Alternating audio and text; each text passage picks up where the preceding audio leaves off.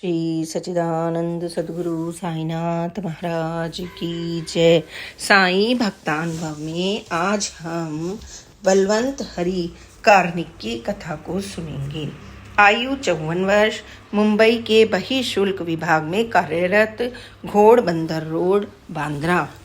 मैं साईं बाबा का नियमित पूजन करता था और प्रतिवर्ष शिरडी भी जाता हूँ। दासगणों के कीर्तन से प्रभावित होकर मेरा बाबा के प्रति विश्वास जागृत हुआ। मैं पहली बार सन 1911 में साईं बाबा के पास गया था। हालांकि मेरी उनसे कोई बातचीत नहीं हुई, लेकिन उनकी प्रभावशाली आंखों ने मुझ पर गहरा असर किया और उन पर मेरा विश्वास दृढ़ हो गया। मैंने प्रतिवर्ष शिरडी आने के अपने प्रण के विषय में भी बाबा को कुछ नहीं बताया था। मेरे शिरडी होकर आने के तुरंत बाद मेरे माता पिता भी शिरडी गए। उसके बाद तो सारा परिवार नियमित रूप से बाबा की पूजा अर्चना करने लगा। मेरे पास बाबा के संबंध में ऐसा कोई अनुभव नहीं है जिसे मैं बता सकूं। मैं उनके पास किसी विशेष कारण या उनसे किसी विशेष प्रार्थना करने के लिए नहीं जाता था। सन 1918 में गुरु पूर्णिमा के अवसर पर मुझे ऐसा लगा कि मैं अपनी आध्यात्मिक उन्नति के विषय में बाबा से बात करूं, लेकिन उस समय बाबा अप्रसन्न दिखाई दे रहे थे, इसलिए मैं असंतुष्ट ही रहा। वहां से बाहर आ गया, लेकिन मैं जैसे ही टांगे में बैठने लगा तब नाना वली मेरे पास आए तथा मुझे गले से लगाया और बोले, अल्मा तेरा अच्छा करेगा।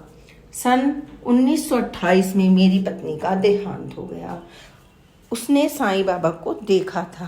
वह निष्काम भाव से साईं भक्ति किया करती थी। मृत्यु से पहले वह 9 माह तक प्रसव उत्पत्ति के बाद होने वाली समस्या से पीड़ित थी।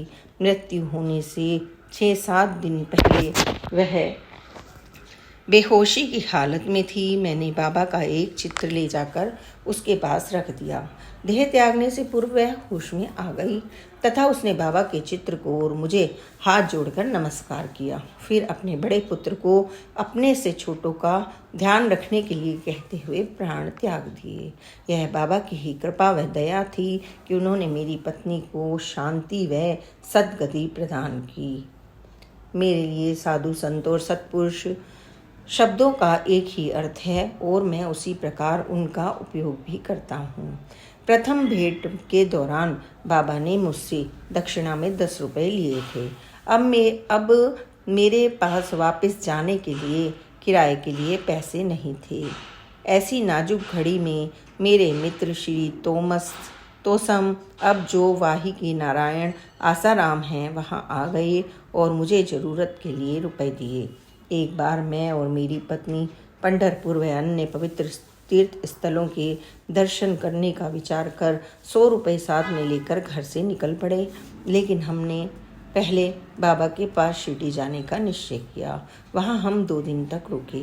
बाबा ने दक्षिणा के रूप में हमसे पूरे 100 रुपये ले लिए, इसलिए हमें अन्य तीर्थ स्थलों की यात्रा का विचार त्यागना पड़ा। वास्तव में बाबा हमें यह एहसास करवाना चाहते थे कि शिरडी ही पंढरपुर है और अन्य सभी तीर्थ स्थान यहीं पर समाये हुए हैं। सत्पुरुषों के चरणों में ही सभी तीर्थ होते हैं। हमसे सारे रुपए लेने के बाद बाबा ने हमें जाने की आज्ञा दे दी।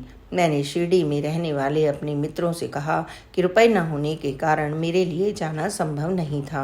उन्होंने बताया कि बाबा द्वारा जाने की आज्ञा प्राप्त होने के पश्चात वहाँ पर रुकना उचित नहीं था। अचानक ही श्री तोसर वहाँ आ गए। वे किसी व्यक्ति से ऋण लेकर जितने रुपए की आवश्यकता थी उतने ही रुपए मुझे देने के लिए लाए थे। मेरे द्वारा बाबा को दी गई दक्षिणा के पीछे यह विचार था कि बाबा कई फकीरों, गरीबों में ज़रूरतमंदों को भोजन खिलाकर उनकी सहायता करते थे, इसलिए उन्हें दिया गया धन उचित दान था। बाबा के संपर्क में आने से मुझे भविष्य में होने वाली मुसीबतों का पूर्व ज्ञान हो जाता था और उनके आने पर उनसे सामना करने की शक्ति भी स्वतः ही प्राप्त हो जाती थी। श्री सच्चिदानंद सद्गुरु साईनाथ महाराज की जय। Please like, subscribe and share this channel. Om Sai Ram, जय साई राम, ओम साई राम।